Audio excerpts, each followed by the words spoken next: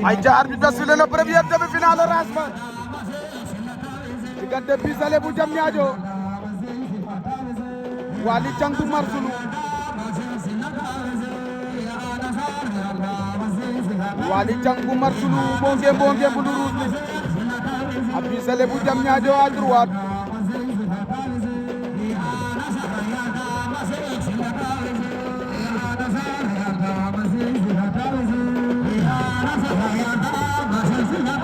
Waly Thiang ak Bisale demi-finale Ras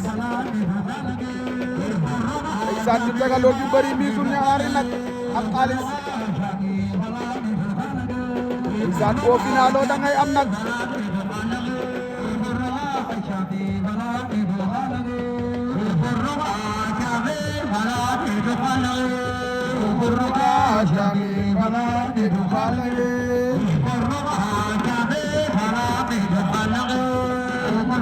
Bisale Diamniadio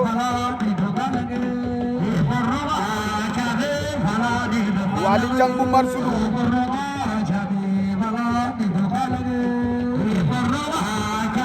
ndeysaan 1 minute 7 secondes de combat Bisale fam jàpp baax na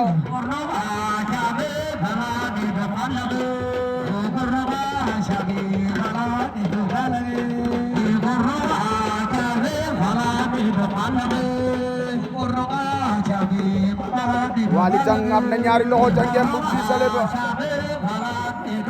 Bisale jàppul wala moom jàppul mooy loolu ba Waly Thiang a jàpp gën a baax